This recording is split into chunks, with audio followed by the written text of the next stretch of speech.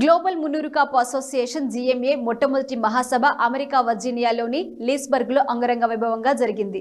August 30 నుంచి 31 వరకు 2 రోజుల పాటు జరిగిన ప్రత్యేక కార్యక్రమాలు ఎంతగానో అలరించాయి. 7 ఖండాల్లో ఉన్న మున్నూరు కాపులను ఒకే తాటిపైకి తీసుకొచ్చిన ఈ కార్యక్రమం రానున్న మహాసభలకి స్ఫూర్తిగా నిలిచింది. ప్రపంచవ్యాప్తంగా ఉన్న మున్నూరు కాపు కుటుంబాలను ఏకం చేయడం, సంస్కృతిని సమాజానికి బలోపేతం చేయడమే లక్ష్యంగా జరిగిన జీఎంఏ కన్వెన్షన్ గురించి సాక్షి ఎన్ఆర్ఐ స్పెషల్ షో.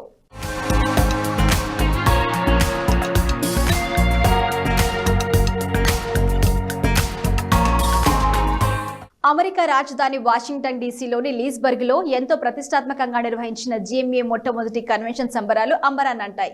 వాషింగ్టన్ నగరం మున్నూరు కాపులతో పోటెత్తింది. ఇంత భారీ ఎత్తున అమెరికాలో ఇలాంటి మహాసభలు నిర్వహించడం తెలుగు కన్వెన్షన్ చరిత్రలో ఇదే మొట్టమొదటిసారి కావడం విశేషం. ప్రపంచవ్యాప్తంగా ఉన్న మున్నూరు కాపులను ఒకే వేదికపైకి తీసుకొచ్చే ఉద్దేశంతో ఏర్పాటు చేసిన గ్లోబల్ మున్నూరు కాపు అసోసియేషన్ మహాసభలు వర్జీనియాలోని లీస్బర్గ్ లో ఉత్సాహంగా జరిగాయి.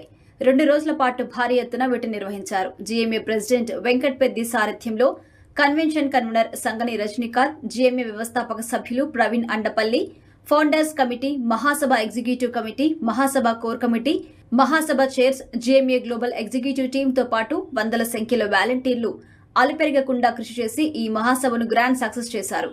వచ్చిన అతిథులను ఆకట్టుకునేలా వినూత్నమైన కార్యక్రమాలను రూపొందించారు. ఈ వేడుకలకు ఉమ్మడి ఆంధ్రప్రదేశ్ మాజీ మంత్రి పొన్నాల లక్ష్మయ్య, ఎంపీ వద్దిరాజు రవిచంద్ర, మాజీ కేంద్ర మంత్రి పల్లంరాజు, ప్రముఖ సినీ గేయ రచయిత ఆస్కార్ విన్నర్ చంద్రబోస్, ప్రముఖ మ్యూజిక్ డైరెక్టర్ కోటి, ప్రముఖ ఇంద్రజాలకులు సామల వేణు, మిమిక్రీ ఆర్టిస్ట్ మహేష్ రేగుల, గంగవ్వ, జయశ్రీ, పలువురు సినీ, రాజకీయ, ఆధ్యాత్మిక ప్రముఖులతో పాటు సెలబ్రిటీలు హాజరయ్యారు. ఈ సందర్భంగా నిర్వహించిన సాంస్కృతిక కార్యక్రమాలు ఆహుతుల్ని ఎంతగానో అలరించాయి.